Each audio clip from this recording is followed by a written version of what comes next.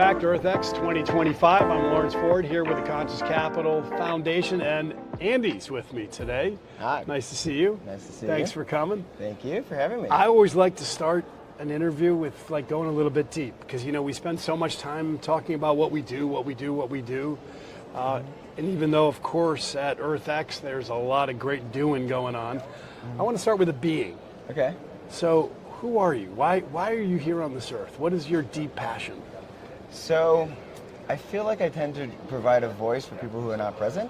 And being in the as a third generation Pepsi bottler, I realized that our supply chain and our also both on the front end and the back end was always not addressed, and there was a lot of voices that weren't heard. And we created this unique term called externalities to address it. Yeah. But let's be real, it's humans who don't have a voice in the equation, and how can we solve and give them a voice? I love it. That is so true. We make up these stupid terms like externalities because it's an expression of the energy of the separation of delusion, of which you said your main presence is helping people be present, which is what a gift. Because the shamans will talk about how people are just sleepwalking, back and forth. We're literally not here. Our thoughts in the future or the past. And if we don't change that behavior and that consciousness, nothing happens. Yeah. Right? So, awesome to meet you, man. So, Thank you. Tell me, how are you taking that gift out into the world here? So, what I'm doing is, as a third generation Pepsi bottler, what I realized. What does that mean? Help our viewers out when you say third generation Pepsi bottler. It sounds pretty cool, but I don't know what it means. Yeah, so it means that my grandfather got a Pepsi franchise in Central Washington. Okay. And then because of how we inherit things, I'm in line. Very cool. What third generation Nice. is. Awesome. But I got the third generation was the Pepsi bottler part. Yeah, and the Pepsi bottling is back in the day we used to do production on site and then distribution as well.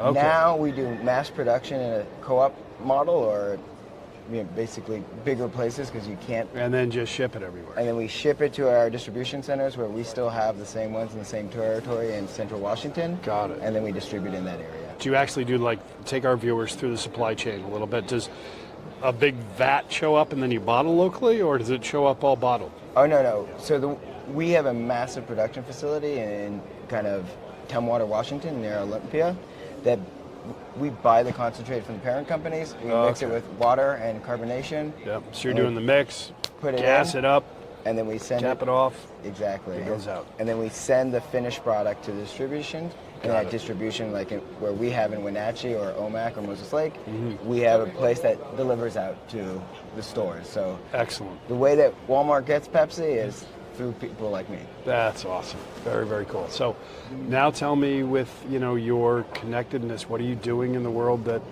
is helping bring that into this gift you've been given? So what I started to realize is beverage is something of every day, right? Everybody's thirsty every time, right? There's a reason why we're like, oh, I need something. But 3 days without water, we're gone. But the other piece is there are other things that we do on a daily basis, right? Waste streams is something that's generated all the time.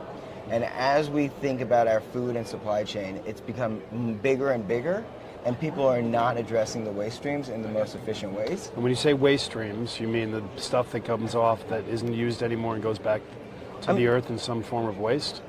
There's a huge variety. Some of it is, for example, when you take sugar cane and you cut it off, you have all the bagasse. That is excess product that has to find a home or becomes a giant pile of methane. Got it. And so in Wenatchee, we're called the apple capital of the world. We have a ton of apples. And so what we're looking to do is convert those apples through a process called hydrothermal carbonization and then gasification to create hydrogen and CO2. So if you think about it, it's the fuel and the fizz for the beverage industry. So it allows us to do what we do on a daily basis, but localizing the production and the distribution. So eliminating kind of a systematic That's got to be a huge savings in energetic waste. As a whole network, yes. Locally, you end up using more because you're basically producing all these byproducts, but yes. Got it. Okay. So what excites you most about the future? And tell our listeners how they should engage and follow what you're doing. And yeah, so I think what excites me the most about kind of the future, whatever we define it, is it's undefined, right?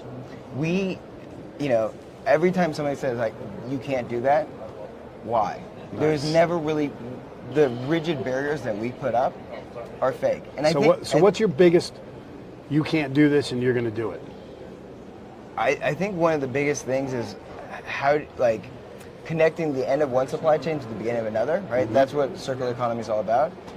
I think the biggest thing that people say that we can't do is address things sustainably. Yes. And I think that's a big problem because they're associating sustainability with cost.